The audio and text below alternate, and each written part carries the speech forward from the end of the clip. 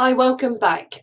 Today we are going to look quite closely at quite a small bit of text. We're going to look at Inspector Goole's dramatic exit, which is the title of today's work.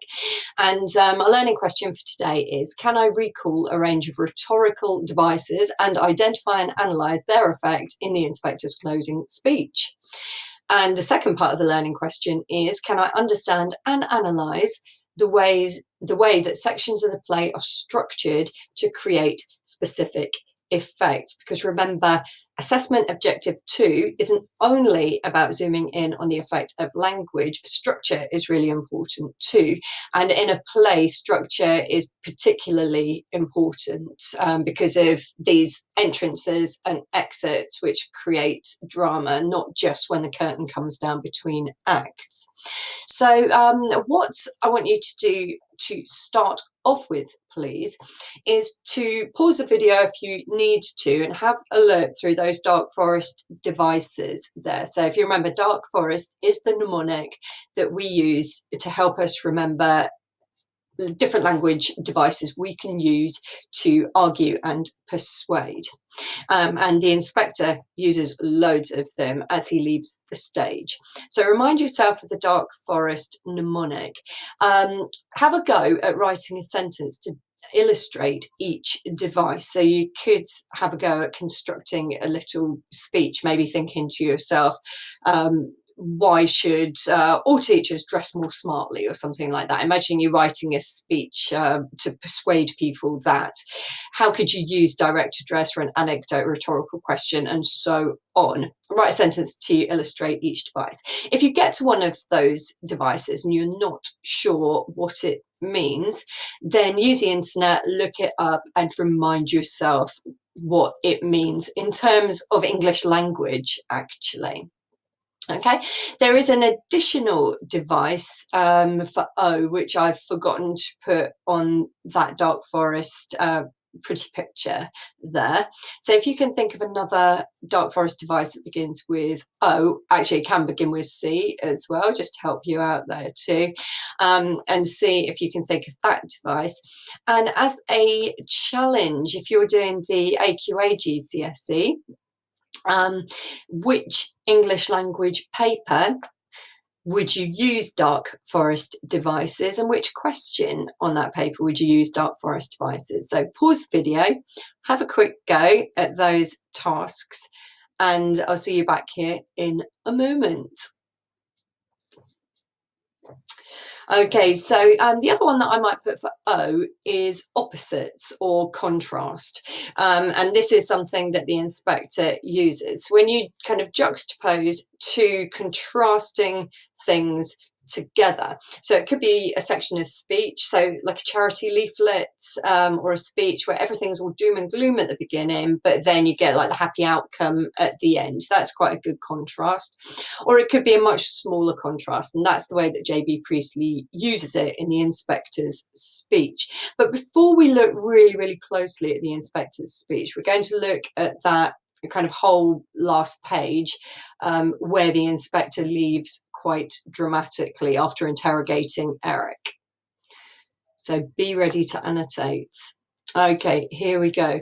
So the inspector, just as it looks like Eric's about to beat up his mother, and it looks like Mr. Burning's about to beat up Eric, and Sheila's getting all panicky in the middle, the inspector is taking charge masterfully.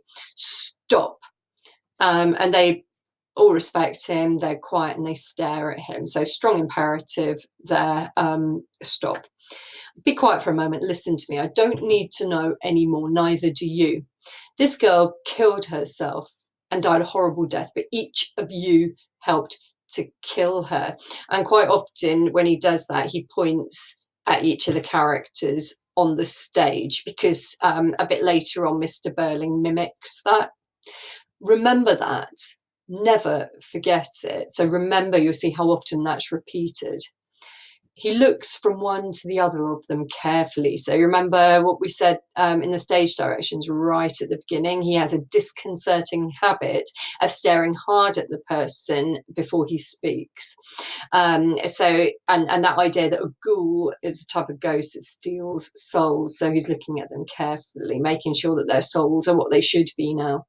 But then I don't think you ever will. Remember what you did, Mrs. Burling. So he's picking them out individually now. You turned her away when she most needed help. You refused her even the pitiable little bit of organised charity you had in your power to grant her. Remember what you did. So from those persuasive devices, we've got that repetition being used there. So the imperatives, the orders being repeated. And remember, Mrs. Burling had power to give this woman, Eva Smith, some money, but she abused that power because of her prejudice. Eric, interestingly, and Sheila, they show more self-awareness than the older Burlings, and they show their guilt by, in a way, not even needing the inspector to tell them to remember what they did, because it's nagging on their conscience. And the inspector still tells them anyway. Eric, my God, I'm not likely to forget. And as I put there, the youngsters cut in. The inspector said you used her at the end of a stupid drunken evening as if she was an animal, a thing, not a person. No, you won't forget. He looks at Sheila. Sheila's speaking bitterly, and she's bitterly disappointed with herself, isn't she? I know, I had her turned out of a job. I started it. Sheila is still blaming herself, even though the inspector and JB Priestley's message is we need to share responsibility. Sheila's still taking it all upon herself. And that's perfect for the inspector, because he said, you helped, you didn't start it. And he speaks again. We heard savage earlier. Burling spoke savagely to Eric, and now the inspector mimicking the speech style again, speaks savagely, but to Burling. And look how he speaks. He uses metaphors of money here. You started it. She wanted 25 shillings a week instead of 22 and sixpence. You made her pay a heavy price for that. So it's what we call a conceptual metaphor that's been used there. So it's when like a human action or a human emotion is compared to something which is very solid and very tangible. And here he's saying that her suicide, well, her kind of descent in life and her eventual suicide is the price that she has paid because of Mr. Burling's treatment of her. And now he says she'll make you pay a heavier price still. So is that saying that Mr. Burling is going to be judged beyond this human world? Very possibly. Is it the idea that when she commits suicide, the baby died too? And this idea that I mentioned in previous videos, that if Eric dies in World War One, that could be the last of the Burling line that was killed eventually by Mrs. Burling by her lack of compassion. So yeah, that you made her pay a heavy price for that conceptual metaphor relating this kind of the treatment that he meted out to Eva Smith to money, because money's the thing that Mr. Burling understands. He makes a move as if, oh, sorry, missed a whole chunk out there. So Burling says, look, Inspector, I'd give thousands. Yes, thousands. And here we've got the contrast, haven't we? So I've missed a letter out there. The contrast between these tiny wages. Remember that a shilling is worth 5 new p. So the tiny wages are 22 shillings and sixpence, wanting a couple of extra pence per week, compared to the thousands and thousands that he'd be willing to offer now. What's he offering the money for? Is he offering to bribe Inspector Goole to make this all go away? Is he wishing that he could give thousands of pounds if only he could turn back time, to quote the great Cher? We're not quite sure what he wants to throw the money at. But the inspector says, and we've got this whole motif of time again here, haven't we? You're offering money at the wrong time, Mr. Berlin. The money was needed 2 years ago when Eva Smith just wanted a small pay rise. She'd come back, she was a great worker, her promotion, and her life would have carried on an upward spiral. So now we're into, he makes a move as if concluding the session, possibly shutting up a notebook, etc., then surveys them sardonically. And sardonic means cynical, mocking. So as if he's kind of like, it sounds wrong to say laughing sarcastically at them, but you can imagine he's kind of like, things have got so bad that he's almost kind of like smiling to himself at the wrongness of everything. No, I don't think any of you will forget. Nor that young man Croft, though. He at least had some affection for her and made her happy for a time. So it seems like Gerald Croft is getting off pretty lightly here. And that would go back to like our arguments we were having about, is Gerald a sot and a rogue or not, a couple of lessons ago. So the inspector doesn't arrest anyone. He doesn't give anyone a warning. There doesn't seem to be any criminal kind of conclusion to this. And hopefully this is getting you thinking, well, like who is this inspector? Why isn't he arresting Eric? Eric's admitted he was stealing. He hasn't said he's coming back for Eric.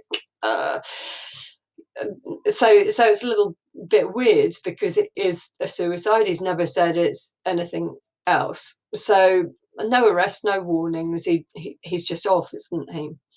Well, he says, Eva Smith's gone. You can't do her any more harm. And you can't do her any good now either. You can't even say, I'm sorry, Eva Smith. He's kind of suggesting, the inspector here, that you can't do her any harm now either. That she's actually better off dead than risking her chance of having another bad encounter with a member of the Burling family. They've just made her life absolutely unlivable, haven't they? And then through this section, you can see that repetition's been used again. Eva Smith, Eva Smith, Eva Smith, and if you go a bit further in there, Eva Smith again. And kind of the point of repeating the name is it makes it really, really personal. He's thinking about this kind of massive coincidence that every member of the family should have been involved with the same one girl, and had such a negative impact on her life that her life has culminated in a miserable, lonely, painful suicide. Okay, so a little task for you all to do now. And as you are thinking about doing this task, in the description box down below, there is a link to the document with this speech on it, with a mini version of the Dark Forest devices, and actually for the stage directions underneath. So if you have access to a printer, you can print that off, and that'll give you a bit more room to annotate round. So what I want you to have a go at doing, and this is really revision, if you were answering that question earlier, revision for AQA GCSE English Language Paper 2.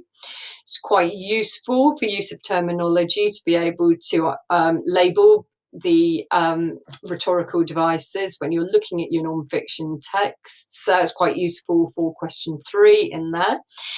But most important use of rhetorical devices in the big writing question for your English language paper 2 on question 5. Remember, you get lots of marks for adopting the right style and for using language techniques. Okay, so really this task is just a bit of revision for your English language in a way. So have a read through, see how many of these Dark Forest devices you can find in this speech. Pause the video and I shall go through the answers in a moment.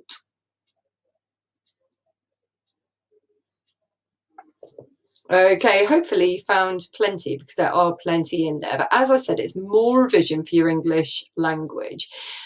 I'll put down here, think about this. Will you get many marks in your literature exam for simply listing rhetorical techniques that J.B. Priestley uses? No, you're probably talking band 2, so that wouldn't be a GCSE pass. You're also only talking about identifying language techniques for your assessment objective 2, AO2, and just identifying them and not doing anything with them kind of, as I said, put you in band 2, which isn't a GCSE pass. It'll probably get you a overall GCSE 3. However, knowing what they're called can help you when you're writing up your analytical paragraphs. Let's have a look and see what's here then. So he starts off with some direct address, just remember this. And we've got the use of the names here. I put it's kind of an anecdote. So an anecdote is when you add in a real life story. So if you're writing a newspaper article, it could be a small story about someone like who's got a name and all the things that they do. So it's not really an anecdote, but it's that use of the names that I discussed before. Here we've got this contrast or opposites, and it's really, really emotive language as well. If you have a look, hopes and fears are opposites, aren't they? Hopes is when you hope that everything's going to go well. Fears is what you're afraid of. Suffering says when you're in pain, maybe you're starving, maybe you can't pay your rent, maybe you're suffering because you're living in really bad accommodation. But then that's contrasted, juxtaposed against chance of happiness. So you've got that juxtaposition of hopes and fears and suffering and happiness, opposites there, intertwined with our lives and what we think and say and do. So I've identified a couple of lists of 3. We've got fire and blood and anguish, and I've identified we don't live alone, we're members of one body, we're responsible for each other. But actually think and say and do is also a list of 3, or if you will, a triad. Some people call them triads. That's like the English A-level posh way of saying it. So down here we've got a kind of implied expert. If men will not learn that lesson, well, who's teaching them that lesson? Is it your religion that's teaching you to be more moral? Is it me, the inspector, trying to teach you? Am I the expert here? Okay, so we've got an expert there.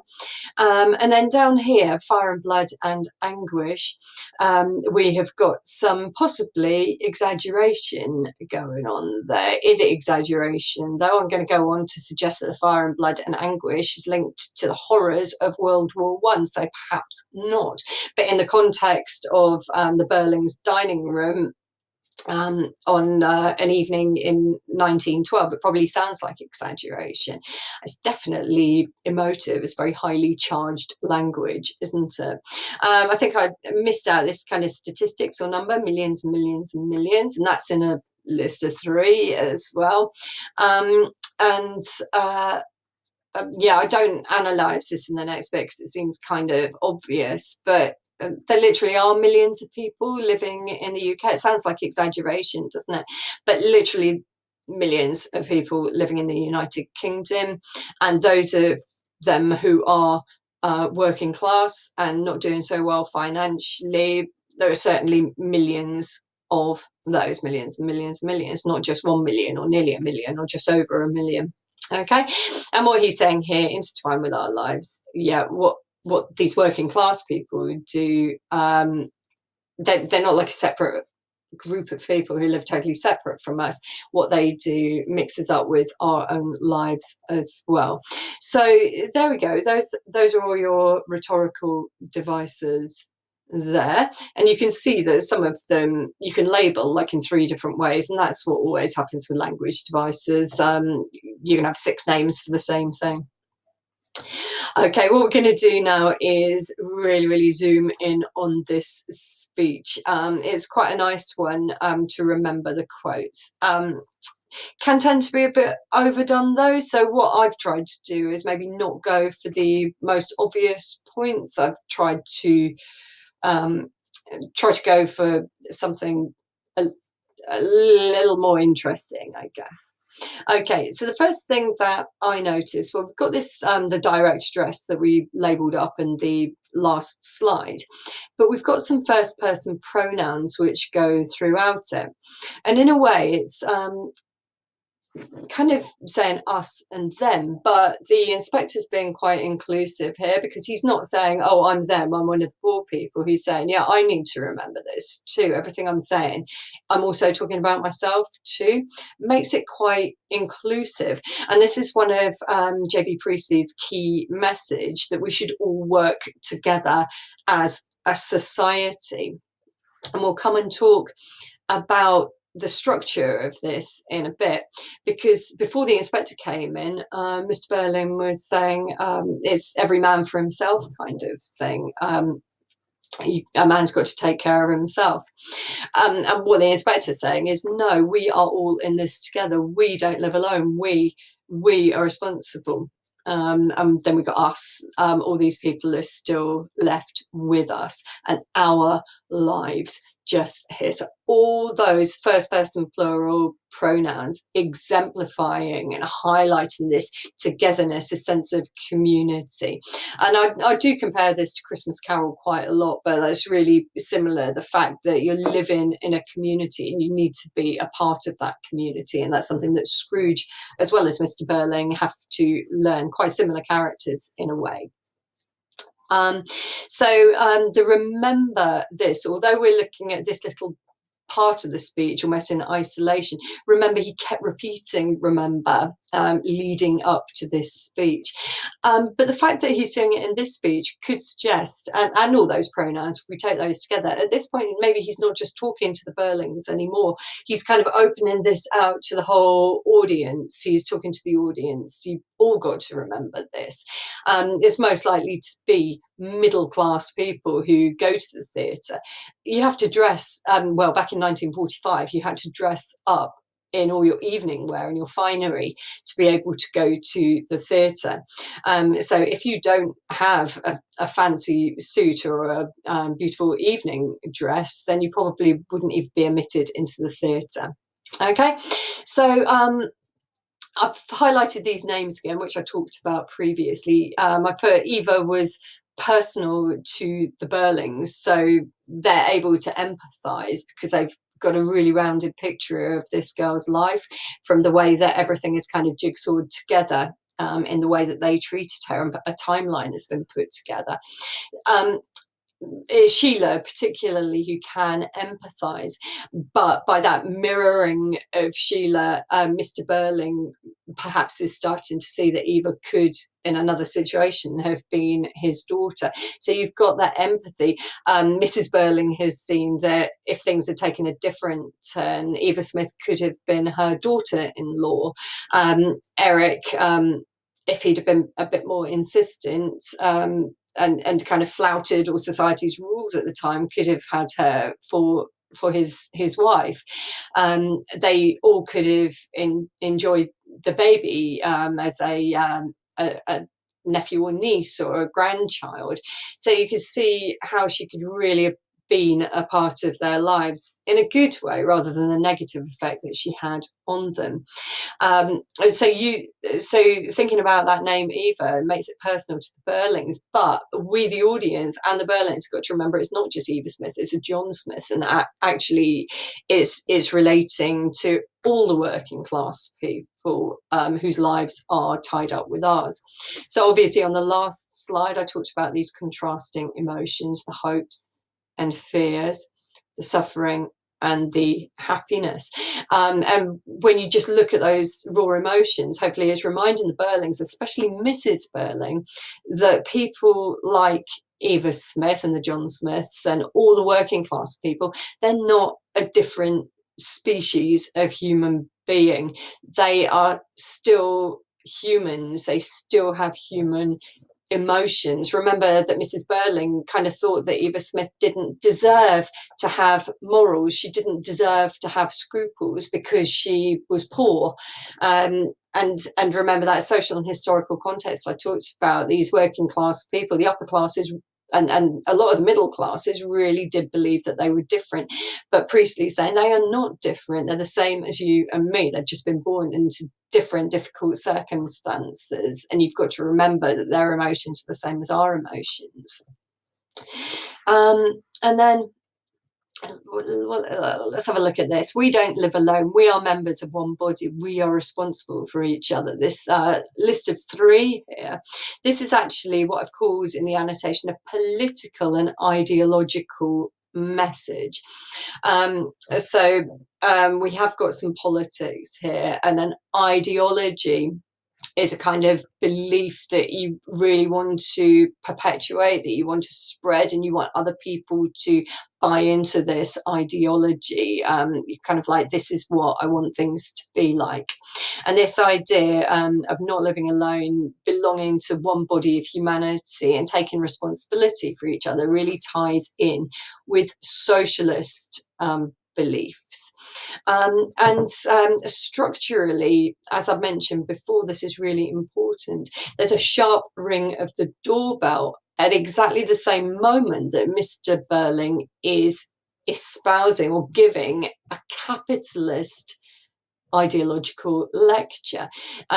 So the ideology of capitalism is kind of like, is every man for himself. You've got to look after yourself, and your family, says Mr. Burling. And if you look after yourself and look after your money and look after your business and generate profit, then that's more money for you and a better life for you. And really, god damn the rest of society, we don't care about them. It's all about yourself.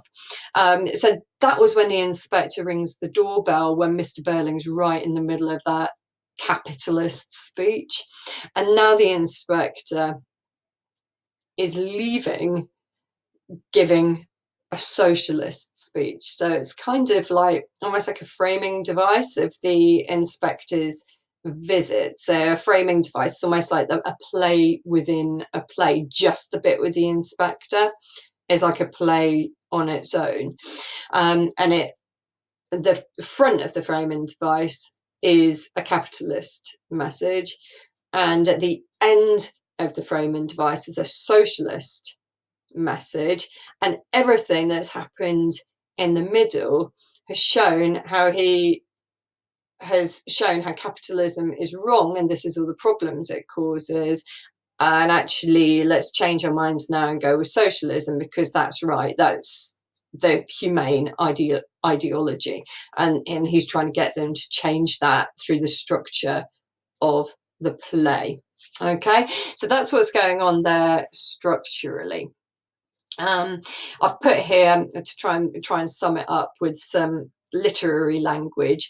There's a big contrast across the narrative arc, and the narrative takes us from capitalism across to socialism by teaching the Burlings and the audience a lesson, little anecdotal lessons as we go.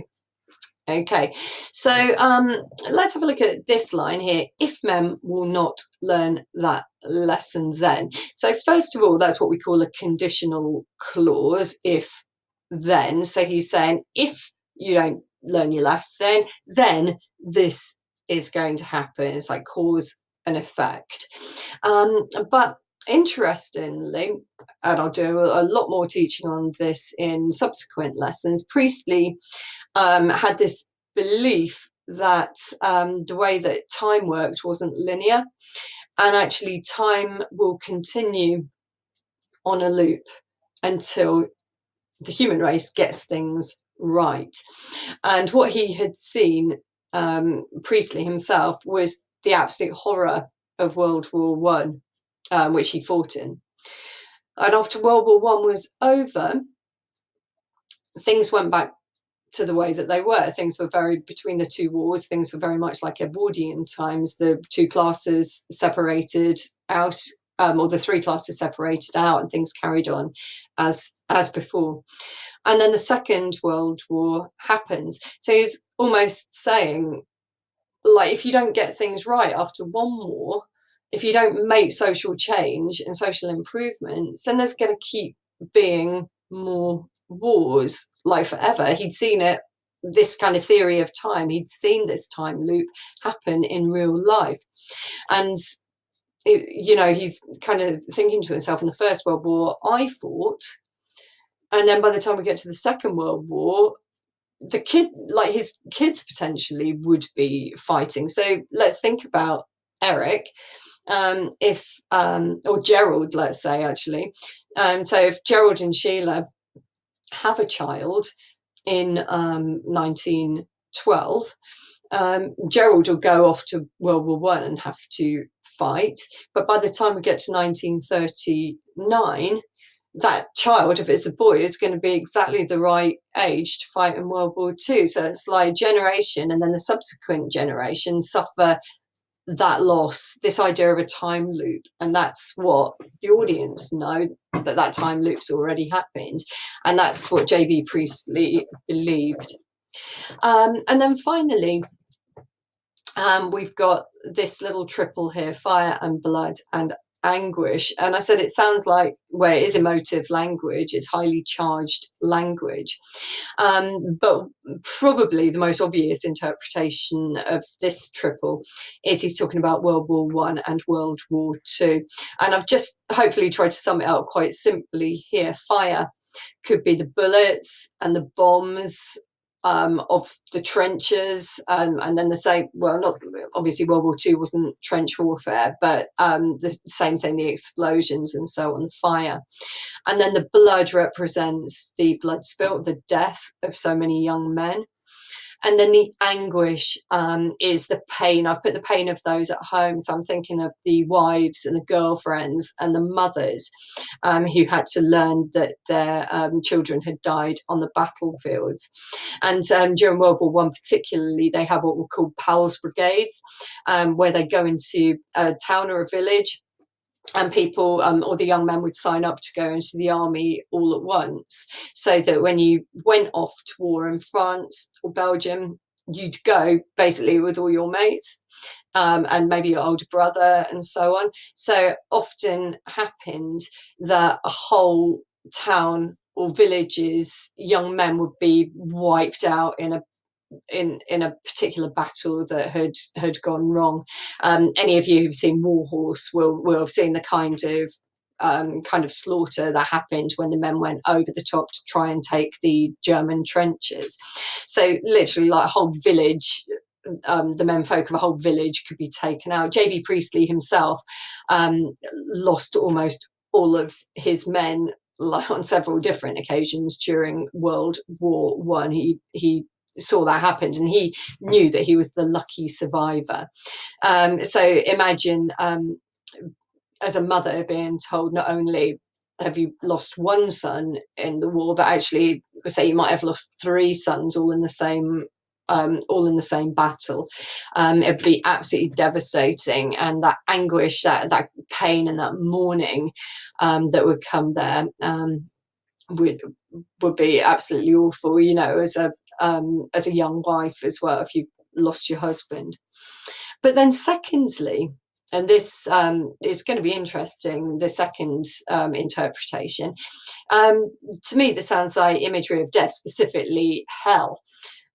So fire and blood and anguish, you can almost picture that kind of hell-like vision, like it's kind of Dante's Inferno, where hell is all full of flames and people being tortured, and the anguish and the pain and the writhing of lost souls in hell.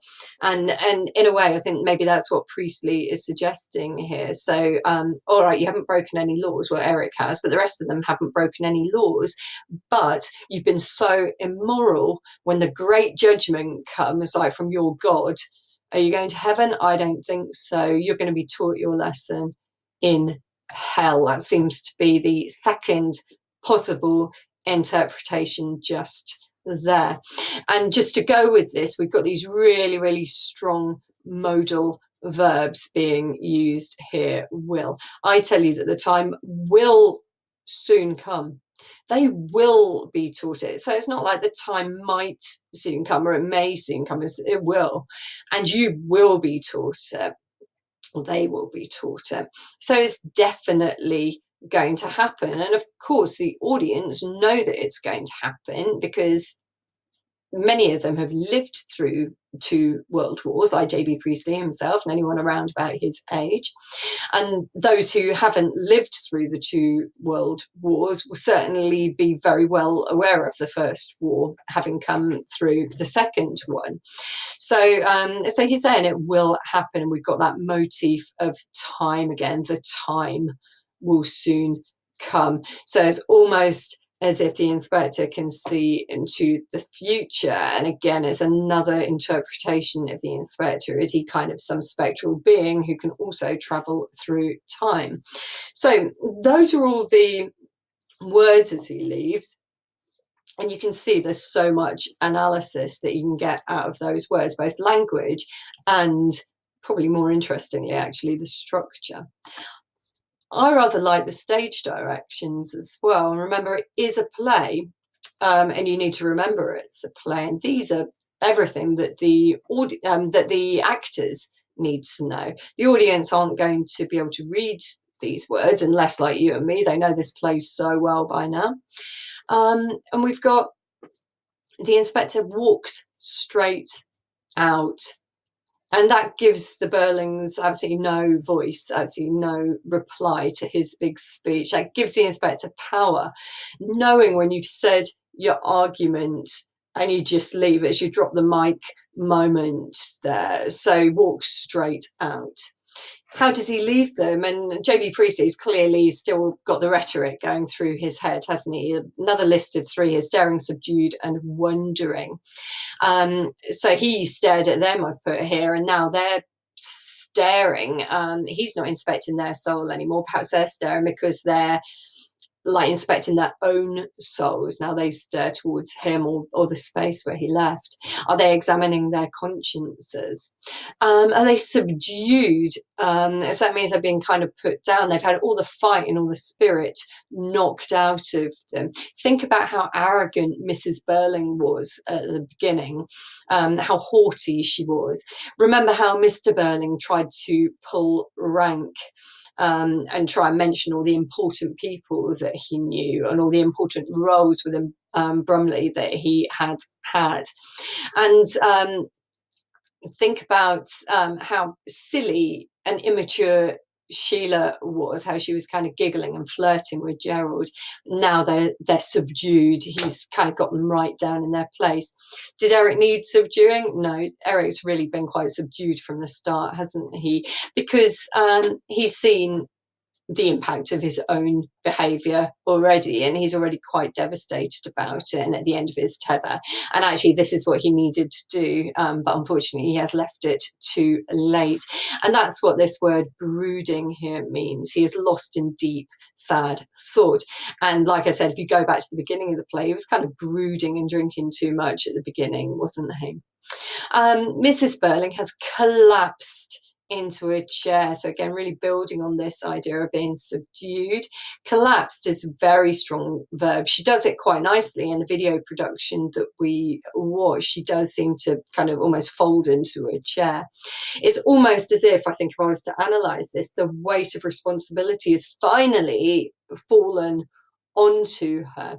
And you can easily contrast this with all her pride. Remember the seven deadly sins, all her pride and arrogance earlier. And whilst we're talking seven deadly sins, hopefully you can see that it was Eric who represents lust. And that's why I put Gerald down for gluttony, because it was kind of like he's already got Sheila and he wants a little bit of Eva or Daisy at the same time. Whereas Eric was drunk and lustful and he lusted after her.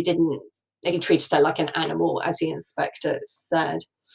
Okay, so it says Burling, the only active one. And if I was an actor playing Burling, I would imagine that he's kind of pacing almost like a trapped animal, thinking about how he's going to cover up this fraud that Eric has committed, maybe feeling a little bit guilty, let's hope, and so on.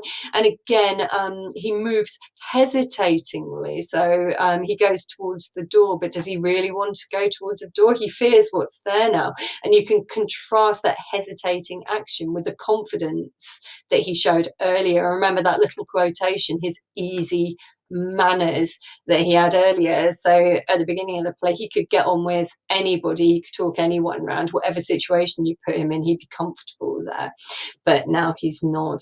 And then I said at the beginning of the play, in one of the very, very early lessons, that just from the stage directions at the beginning and the first few lines of dialogue, you can get so much analysis. But now what we've got to add into it is this here, again, a really, really short section, and you can do some brilliant contrast with the mood here and contrasting that with the start of the play where they were all happy and celebrating, and kind of really up and lively, and they've all had some champagne and they've all had some port. So that contrast in this language here, but also in the structure and the time frame. Remember that time is such an important motif. And then you've got the capitalist views at the beginning, which have converted to socialist views at the end. Like I say, if you have got no time to revise, just know the plot and what all the characters did in between, but really, really analyse that beginning and then really, really analyse this, and you can get so many really decent essays out of it without having to revise everything in detail. So some really good contrast between the beginning and this little bit at the end. There's going to be even more coming. So we're going to see some really good circular structure after this as well. Okay, I do have a task for you to do. And again, I said before that the analysis and the speech are in document beneath.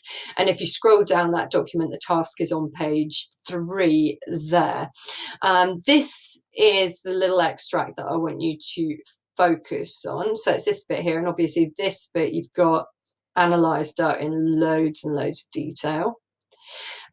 So can you write an analysis of the inspector's exit, starting at inspector stop and ending at good night? Don't just zoom in on the words. Remember to talk about structure as well. And try and keep this question in your head as you're having a go at that analysis. What is JB Priestley's message? How does he use this page here, the inspector's exit, to help him convey his message? What is he trying to show to the audience? So have a go at that task for me. And if you've got any questions, leave them in the comments or get in touch with me another way that you know. And good luck with that task. Hopefully that will serve you really, really well for any exams coming up for your mocks or for next summer. Goodbye.